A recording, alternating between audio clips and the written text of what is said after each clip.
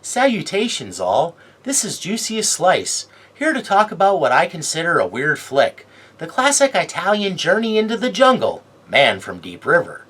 Thank you to anyone taking the time to check this out, I deeply appreciate it. So what do you get when you mix a tale of the civilized versus the uncivilized? An odd love story, and a touch of cannibalism. In 1999 you get the unique flick Ravenous.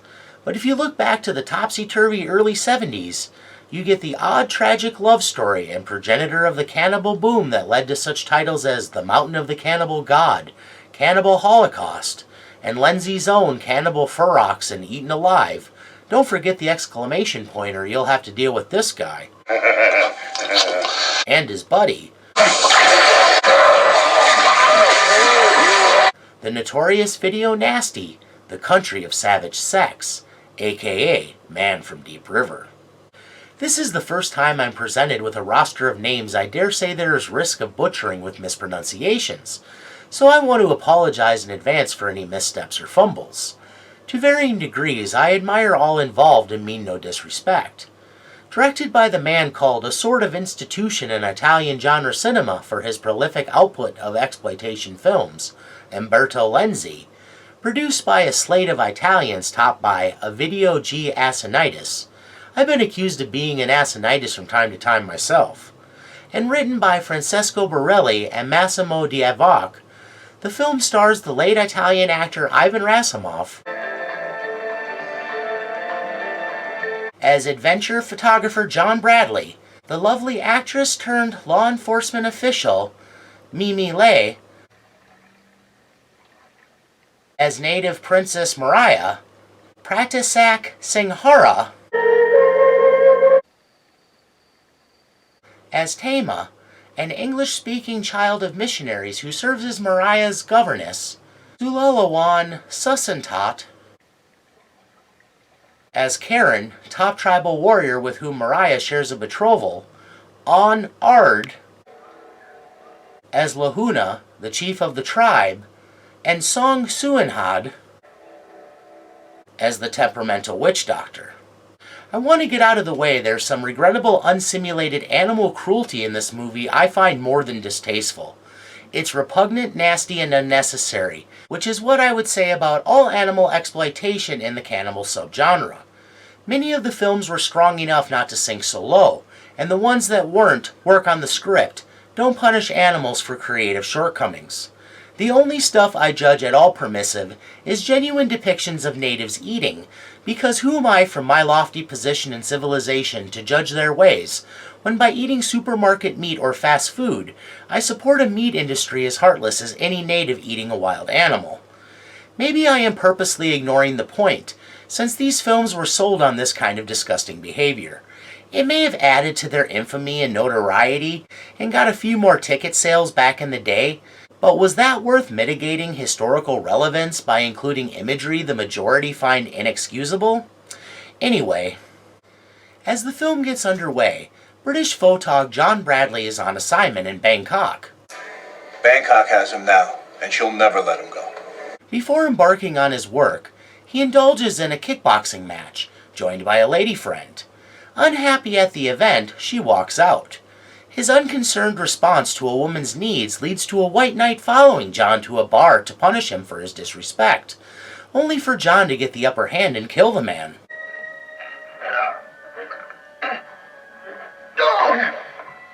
Showing even at this point he's reconciled to and accepts necessary justified violence. In no mood to explain the circumstances, he recruits a guide to take him downriver into the Thai rainforest so he can begin his assignment to photograph wildlife. Of course, the farther they go, the more dangerous it gets, culminating in John waking to the guide dead. Ever the shutterbug, apparently, and not one to let something pesky like his guide's murder get in the way, he dons a scuba suit and gets to work. Before long, a native tribe mistakes him for a variant of the creature from the Black Lagoon, some sort of frogman, and they capture him in a net.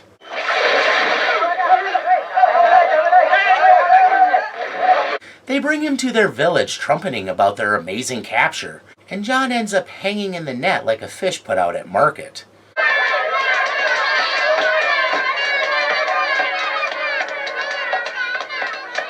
From his bird's eye view, he watches helplessly as two Kuru war criminals are put to death.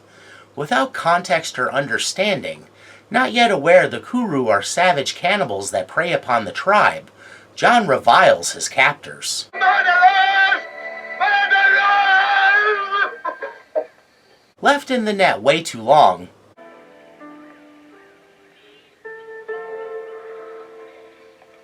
he desperately gains the interest of Mariah, the chief's inquisitive daughter, who is intrigued by him, and, giving insight into her perhaps greater aptitude, she determines he is in fact not a frogman.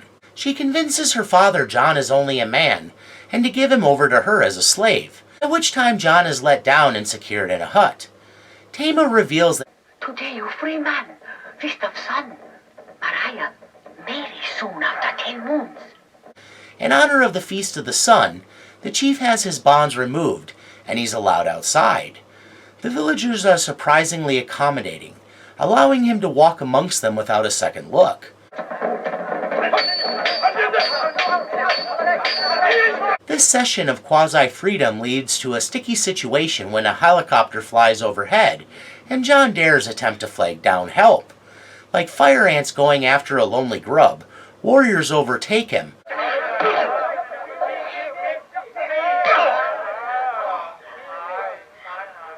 And it's only through Mariah's interference that he survives, when Karen makes to spear him. อย่าฆ่าเขาเขาเป็นเพื่อนฉันไป John vows to escape, fearing the environment will drive him insane. Tama offers to help in his eventual getaway, explaining the inhospitable terrain and the threat of the Kuru to deter him from making an impromptu break for it. Several weeks later, during funeral ceremonies for a villager killed in a building mishap,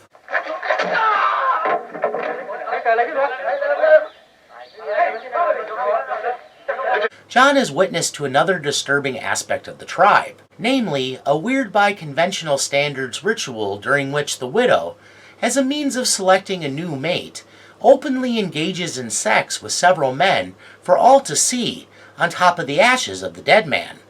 Tama tells John the time is now if he's to flee, only for a group of warriors led by Karen to give chase.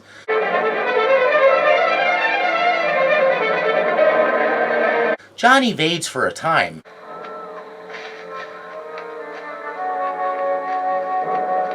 but it's no use. Hey! Good! Back away! Cornered, he winds up having no other choice than to face off with overly prideful Karen.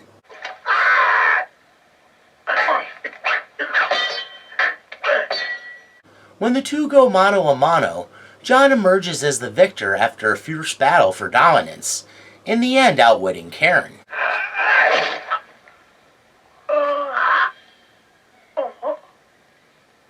You're probably thinking John is in for it now, but that's where this film gets even weirder.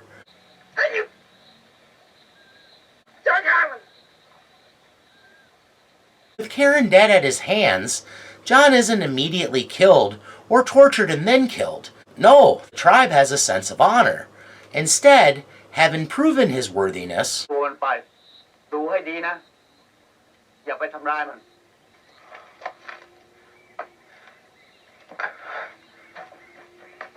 at Mariah's behest, he's given the chance to integrate into the tribe. But this involves some torture, tests.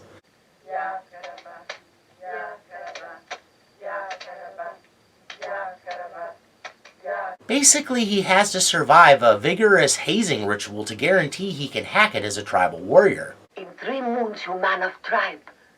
You not to die because Mariah say not, even if little arrows cause you much pain. You not to die. A man of intense resolve,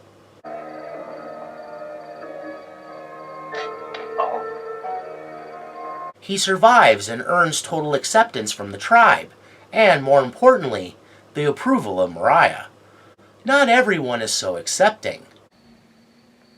ตายตาย The witch doctor finds him first to be a nuisance, then a thorn.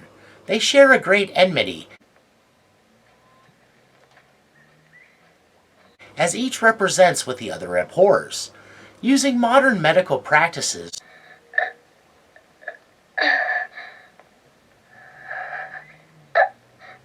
John is able to dispel superstition. Diphtheria. Let me try and save him. Black magic isn't going to. And upstage him.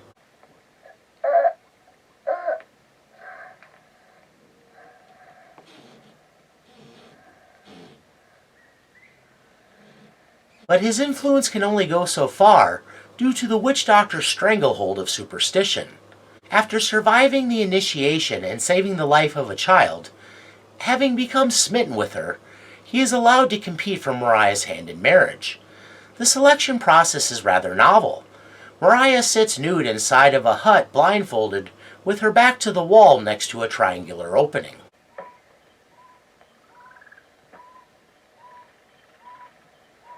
Seeking her acceptance, suitors reach through this hole and feel her up at their discretion. The tribesmen prove rather boorish, using the opportunity to grope her inappropriately, probably not the wisest method to get chosen. On the other hand, John seeks out and takes her hand in a loving embrace.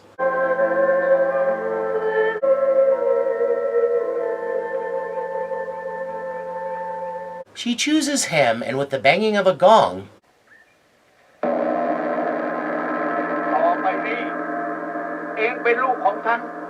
they are wed. The two frolic and put bunnies to shame in their lovemaking, and Mariah soon falls pregnant. To their misfortune, during the big moment, a black butterfly flutters above the lovers, what will prove an inescapable harbinger of death. Half a year after coming to them, John accepts his place in the tribe, but there are still realities he has to face. The scene that makes this the progenitor of the cannibal boom is soon upon us, when the bloodthirsty Kuru take a young woman from the tribe and feed upon her in gruesome fashion, giving John far deeper insight into why the war criminals were executed. Soon he too is a savage, seeking to repel their enemies at any cost, showing the erosion of his civilized ideals in the face of harsh realities, as he partakes in barbarism he once deemed unjustified murder. No sooner than they return from warring, John learns Mariah has fallen ill, and worse, has been struck blind. Knowing her best chance for survival is in a hospital, with Tama's help, John attempts to escape with her down the river, only to be caught by the witch doctor and forced to return. Not in the royal family. For her betrayal, Tama gets the worst of it. Mariah soon goes into labor, and John angrily dismisses the witch doctor. The Kuru attack, setting fire to the village. In no position to fight, John flees with his wife to safety, where she can give birth. Before the birth, Mariah wants him to describe to her what he sees. There's a butterfly. What color is it? It's as black as the night. She takes this as an omen. Death. John sits with her after their son is born, and she accepts she will die while John is in denial, telling her, We'll take him with us on the river fishing, and you'll play with him amongst the flowers.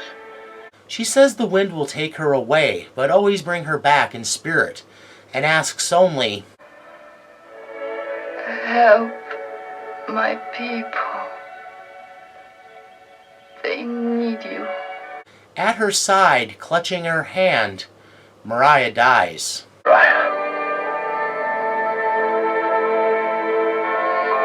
Despondent, John wanders through the jungle, reminiscing about her and their time together. Overwhelmed, he experiences a violent outburst.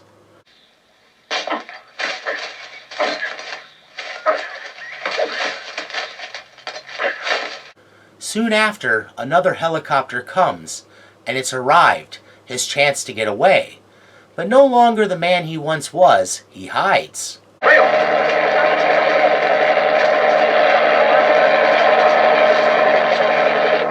Then he rallies the tribe.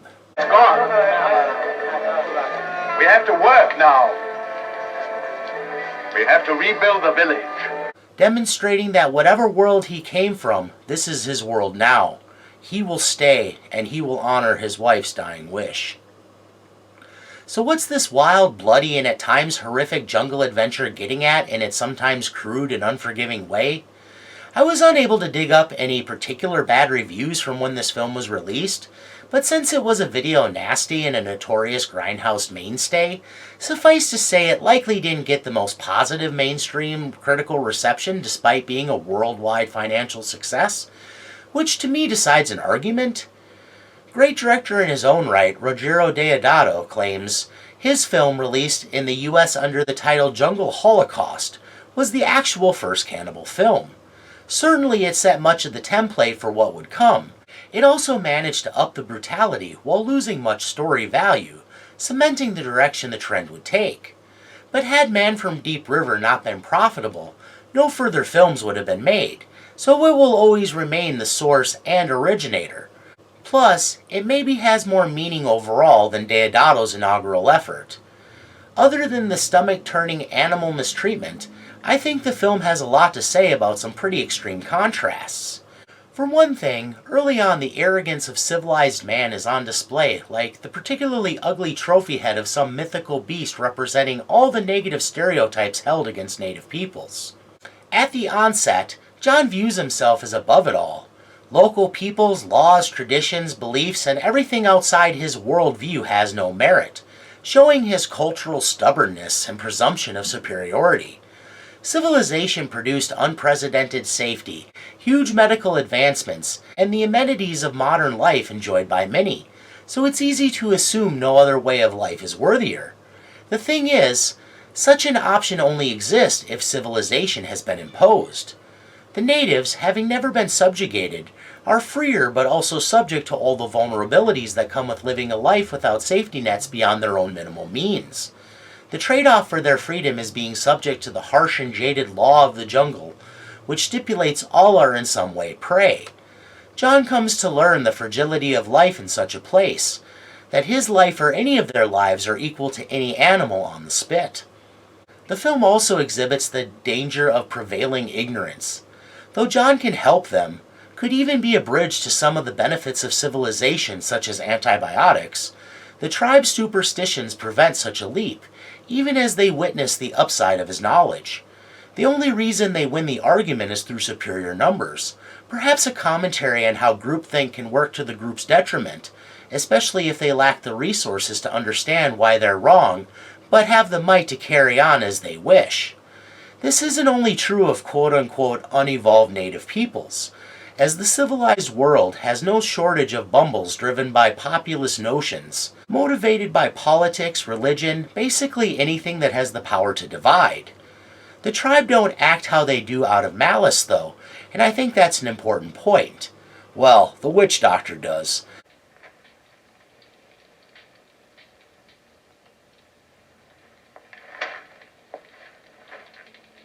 But that's a different matter. How the tribe acts is precipitated upon circumstance and the wisdom of bygone generations.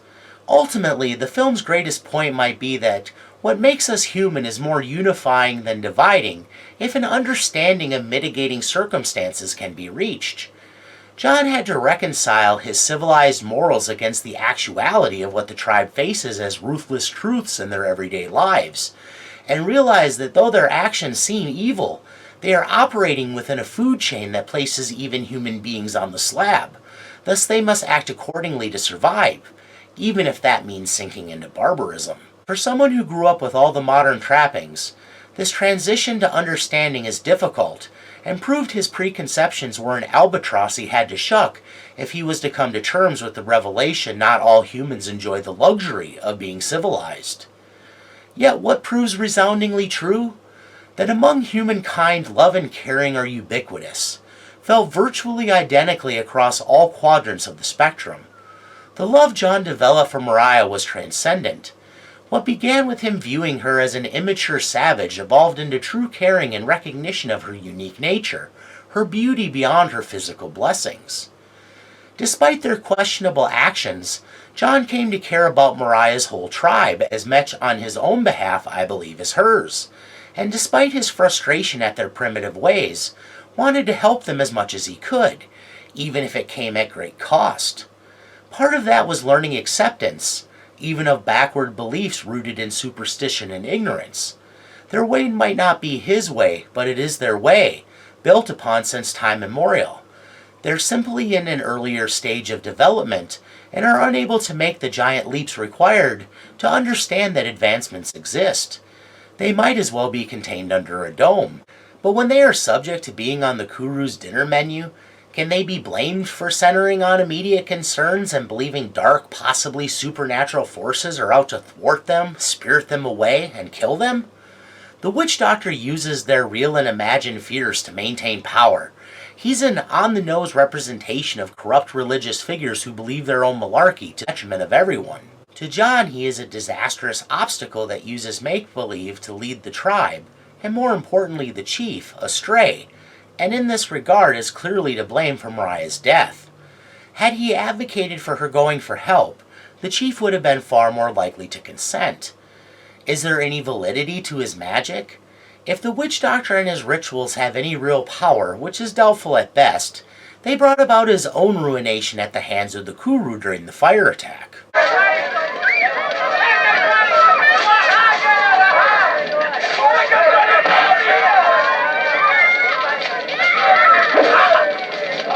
Instead of devoting himself to cursing and foiling John and Mariah, he would have maybe been better served working for the greater good rather than his own nefarious ends. But then maybe that's a point that's being made too, about the irrationality of false religion and thirst for power. When confronted with competent competition, the witch doctor succumbed to his own insecurity, afraid to evolve even at the cost of his own downfall. In final analysis, Man from Deep River is about said man's journey from civilized elitist propped up by what in the circumstance seems pompous, even hoity-toity ideals, to wise and respected warrior, loving husband, protective father, realist, and grieving widower. Learning along the way the sense of community, fidelity, and paternalism accompanying his new way of life are every bit as relevant, meaningful, and pertinent as they would be if experienced in self-styled civilization. Did the experience reduce him to a savage? That might be an unfair question. It's more that, like in the White Knight situation, it forced him to tap into the long-suppressed savagery that resides within us all, a holdover from when we were cave dwellers fearful something with long sharp claws would reach in and drag us out. If anything, his time with the tribe helped him find a superior link to compassion, empathy, his very humanity, making him able to understand the circumstance of their lives denied the tribe greater dimension, and having the concern to accept them despite their inherent flaws. The film might also be making a point about how there's always a greater evil. At first, John views the tribe as barbaric primitives, and they are, only their barbarism is often inspired by the greater barbarism of their enemies. Does this justify their actions? In their environment, yes. In any quadrant of the civilized world? No. The thing is, there is no government. There are no laws. Only those of the land, the forest, the river, and if there is to be justice of any kind, it has to come at the hands of those with a more primordial understanding of life, who may not see the quality of mercy in light of losses they've endured, at hands even baser than theirs. But that might be taking it a step too far when talking about a piece of obvious exploitation, produced to cash in on the success of A Man Called Horse. Despite the reputation of the films that came after, I would defend Man from Deep River as something different from the rest. To me, it's mostly a tragic love story that happens to be steeped in some horrific happenings. Is it worth a watch? If you've listened this far, I think you can decide for yourself. I wouldn't want to offer encouragement and be responsible for scarring you because some aspects of the film are potentially scarring. Well, I think I've about reached the end of the rope, so I won't leave you dangling. If you've made it this far, thanks for listening to my ramblings. Please share any refutations, opinions, accusations, japes, or other ideas in the comments below. And please join me next time for something a little different. The first ever Juiciest Slice Halloween Spooktacular, when I will be counting down 13 horror film scenes that have haunted my mind since childhood, and maybe contributed to the warped individual sitting before you. And just remember, whatever you do, don't dare go down the Forbidden River. Bye now!